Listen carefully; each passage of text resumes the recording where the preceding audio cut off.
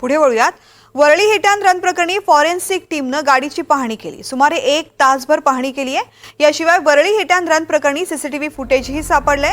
मिहिर शहा जुहूच्या ज्या बारमध्ये दारू पीत होता त्या बारच्या बाहेरचं सीसीटीव्ही सापडलंय। या प्रकरणी मिहिरची मैत्रिणीची चौकशी करण्यात आली आहे। आता तिच्या अटकेचीही शक्यता आहे। आज सकाळी मुंबईमधल्या वरळी परिसरातील हिट अँड रन प्रकरणी पोलिसांनी मोटार वाहन कायद्याअंतर्गत गुन्हा दाखल केला। फरार गाडी चालक मिहिर शहाच्या शोधासाठी 4 पथकं रवाना करण्यात आली आहेत। आरोपीनं मद्यप्राशन केलं होतं। त्याने जुहूच्या एका बारमधलं 18,000चं बिल दिलं होतं। ते एनडीटीव्ही मराठीच्या हाती लागलंय। मुंबईमधील वरळीमध्ये असलेल्या प्रसिद्ध ॲट्रिया मॉल जवळ हिट अँड रनची घटना घडली। ॲट्रिया मॉल जवळच्या वरळी कोळीवाड्यामधील नाकवा दाम्पत्याच्या दुचाकीला या भरधाव गाडीनं जोरदार धडक दिली। या प्रकरणी पालघरचे शिवसेना शिंदे गटाचे उपनेते राजेश शाह देखील सकाळपासून पोलिसांच्या ताब्यात आहेत।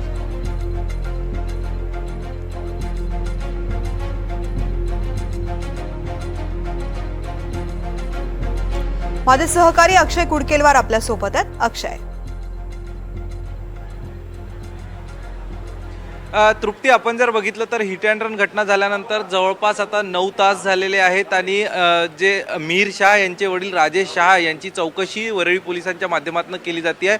मात्र आता पोलीस सूत्रांनुसार दिलेल्या माहिती जी आहे यानुसार आता राजेश शाह आणि राज ऋषी भिडावत यांच्या अटकेची तयारी करण्यात आलेली आहे। पोलिसांकडनं त्यांना कुठल्याही क्षणी अटक केली जाऊ शकते।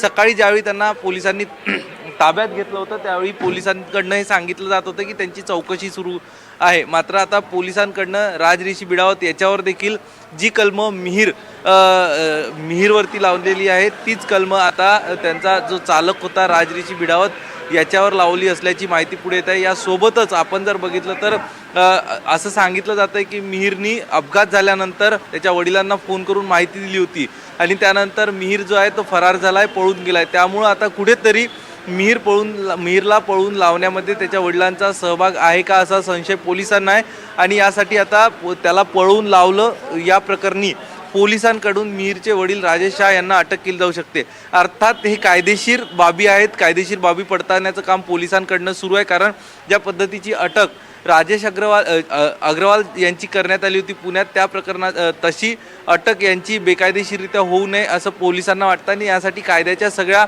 बाजू ज्या आहे पोलिसांकडनं तपासल्या जात आहेत। त्यानंतर त्यांना अटक दाखवली जाईल। उद्या 11 वाजता त्यांना न्यायालयामध्ये हजर केलं जाईल अशी माहिती सध्या तरी आपल्याला मिळते।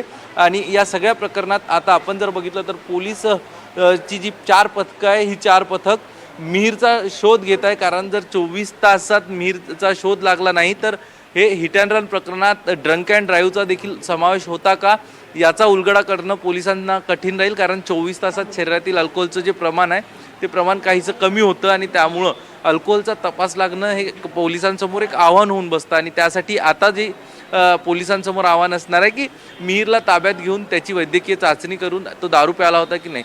दरम्यान काही वेळापूर्वी कुठल्याही पद्धतीच्या कायदेशीर त्रुटी राहू नये आणि सबळ पुरावे आपल्यासोबत राहावे यासाठी फॉरेन्सिकची टीम देखील दाखल झाली होती आणि फॉरेन्सिक टीमच्या माध्यमातून आज गाडीच्या सगळ्या नमुन्याची चौकशी करण्यात आली आणि आता मिहिरला ताब्यात घेण्यासाठी पोलिसांचे प्रयत्न सुरू आहे।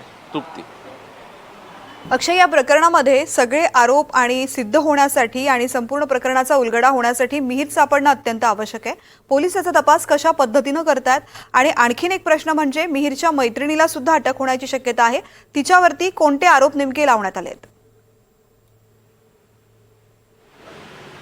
या सगळ्या प्रकरणात मिहिरच्या मैत्रिणीला अटक होण्यासंदर्भात कुठल्याही प्रकारचा दुजोरा पोलिसांनी अद्याप तरी दिलेला नाही आहे। या सगळ्या प्रकरणात मिहिरला ताब्यात घेण्यासाठी 4 विविध पथक तयार करण्यात आले।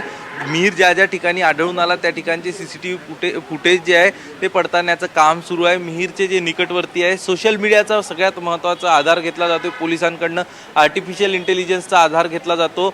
मिहिरच्या सोशल मीडिया पेजेसवर ज्या ज्या लोकांसोबत मिहिरचे फोटो आढळून आलेले आहेत अशा काहींना आयडेंटिफाय करून त्यांचे फोन कॉल्स देखील पोलिसांकडनं ट्रेस केले जाऊ शकतात। या सगळ्या बाबी पोलिसांकडनं फक्त 4 पथक हे जे तपास करणार आहे हे मिहिरच्या घरी जाऊन आले, मात्र त्याच्या घरी त्याची आई, त्याच्या 2 बहिणी हे असतात, मात्र आज ते देखील घरी नव्हते, घराला कुलूप होते. अशा परिस्थितीत मिहीरचे जवळचे मित्र, सगळ्यात महत्त्वाचं हॉटेल चालक आहे, त्याची देखील चौकशी करण्यात आली आणि हॉटेलमध्ये मिहीरसोबत जे 4 ते 5 मित्र होते त्यांना ट्रेस करून त्यांची देखील चौकशी केली जात आहे, जेणेकरून मिहीरला या कुठल्या मित्रा किंवा मैत्रिणीपैकी कुणी आश्रय तर दिला नाही असा पोलिसांना संशय आणि या अनुषंगानं पोलीस कंबर कसून तपास करत आहेत. निश्चित अक्षय, धन्यवाद. संपूर्ण सविस्तर माहितीसाठी अपडेट्स तुझ्याकडून घेत राहू.